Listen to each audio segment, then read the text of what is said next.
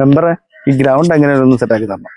Sports ഈ തീട്ടപ്പറമ്പാണ് ground ആക്കേണ്ടത്. മെമ്പറെ ആ ഒഴിഞ്ഞു കിടക്കുന്ന സദാശിവന്റെ പറമ്പ് പിള്ളേർക്ക് വേണ്ടി ഒന്ന് ഗ്രൗണ്ടാക്കി കൊടുക്കാൻ പറ്റുമോ? ആ ഒഴിഞ്ഞു കിടക്കുന്ന പാടോ അതാണോ ഞാൻ ഗ്രൗണ്ട് ആക്കണ്ടേ? മെമ്പറിന്റെ വാക്കുകൾ ആ ചെറിയ മനസ്സിൽ ഒരിടുത്തിയായി വീണു. ഇതാണ് ആദ്യത്തെ അധ്യായം. കഥ ഇനിയാണ് ആരംഭിക്കുന്നത്. நான் முடிஞ்ச வரைக்கும் யுத்தத்தை தவிர்ப்பேன். முடியலன்னா கண்டிப்பா ஜெயிப்பேன்.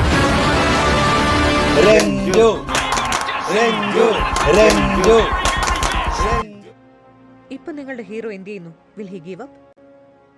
മുറിവേറ്റ സിംഹത്തിന്റെ ശ്വാസം ഗർജനത്തെക്കാൾ ഭയങ്കരമായിരുന്നു.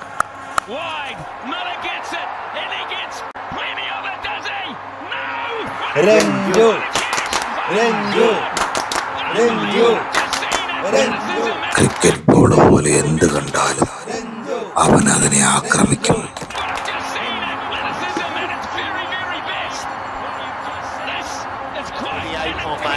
Kohli's got to find a boundary against Ralph. Kohli stands his ground.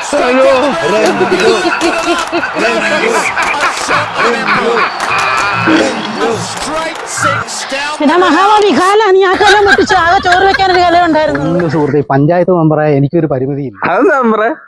എടോ, എനിക്ക് പോസ്റ്റിൽ ഒരു ബൾബ് ഇടാൻ പറ്റത്തില്ലടോ.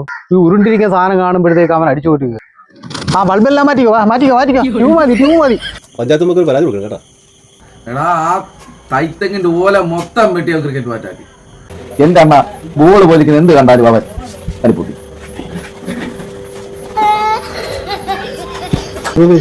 വീട്ടിലെങ്ങനെ ബോൾ പോലെ കണ്ട് ബൾബിരിപ്പുണ്ട്. ഞാൻ പോവാ. Slower delivery yet again because of the change of pace. Didn't get the pace he needed to really get it over long on and long off. Short, swung away. Munyonga gets under it and Munyonga takes a brilliant catch.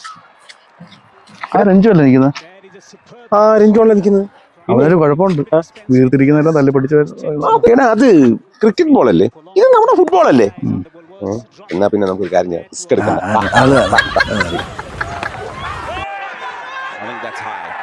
രഞ്ജുവിനെ കൊണ്ടേ ഭയങ്കര ശല്യമാണ്. Ball പോലിരിക്കുന്ന എന്ത് സാധനം കണ്ടാലും ആ തല്ലി പിടിച്ച കളയുക. അറിഞ്ഞോ രഞ്ജുവിന്റെ അമ്മ മരിച്ചുപോയി. എന്ത് വെച്ചു?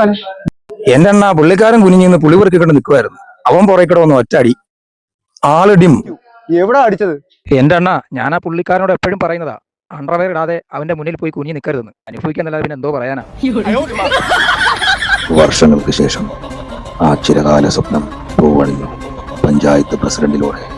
ഞാൻ അന്നങ്ങനെ പറഞ്ഞതിൽ വളരെയധികം ഖേദിക്കുന്നു. ഏതായാലും നമ്മുടെ രഞ്ജു കാരണമാണ് നമ്മുടെ നാട് ഇത്രയും ഡെവലപ്പായത്. പണ്ട് നിങ്ങൾ ഉന്നയിച്ച ഈ രണ്ട് സംഭവങ്ങൾ ഞാൻ പഞ്ചായത്ത് പ്രസിഡന്റ് ആയപ്പോൾ യാഥാർത്ഥ്യമാക്കുകയാണ്.